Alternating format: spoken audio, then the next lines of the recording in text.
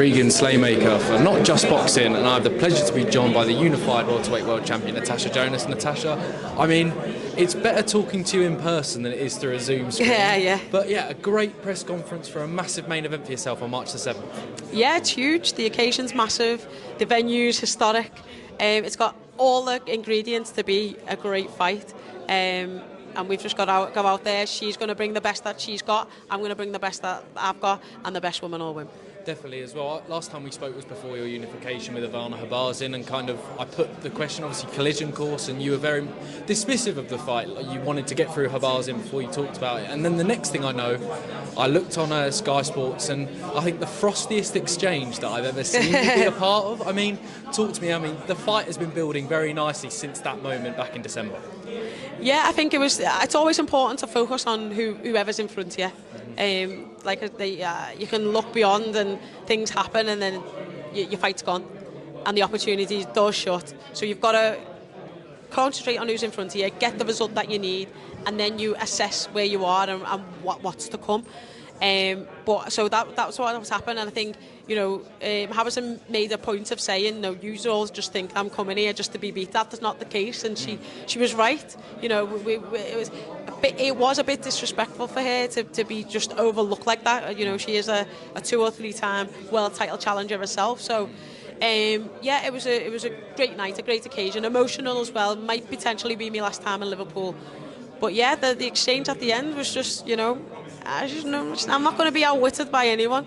So, you made statements, I made statements, that was all. It was one of my favourite boxing moments, it's fair to say as well. I mean, just talk about that night, obviously. You unified world titles in the second weight division. I mean, like you said, it might be the last time you fight in Liverpool. I mean, talk to me, how did it feel to make a bit more history as well? So Manchester's been amazing to me. Manchester has. I won my first world title there, I've won another world title there, but there's no place like home. And to be there in front of me, all my friends, all my family, and go out and get the win and perform, and I've got the passion and the pride and the motivation of the city behind me. I've got a mural, all painted in by the place where I grew up. So Liverpool's an instrumental part in my journey as a development as an athlete, but also as the human that I've grown into and the mum that I've become. Definitely as well. I do want to touch on something that your trainer Joe Gallagher said, and he basically said if you promised him that 2024 was going to be your last year, we're still here in 2025. And I mean this in a compliment, Tasha. I mean, your stubbornness has basically meant that you've unified world titles in 2 weight divisions when kind of a load of people wrote you off. I remember you winning that first title at super welterweight, and a few people were like, oh, why is Natasha going up to that weight? Why is she staying at lightweight? I mean, your stubbornness means that you have proved a lot of people wrong in your career as well. Yeah, do you know what? I've stopped trying to prove people wrong and started to prove myself right.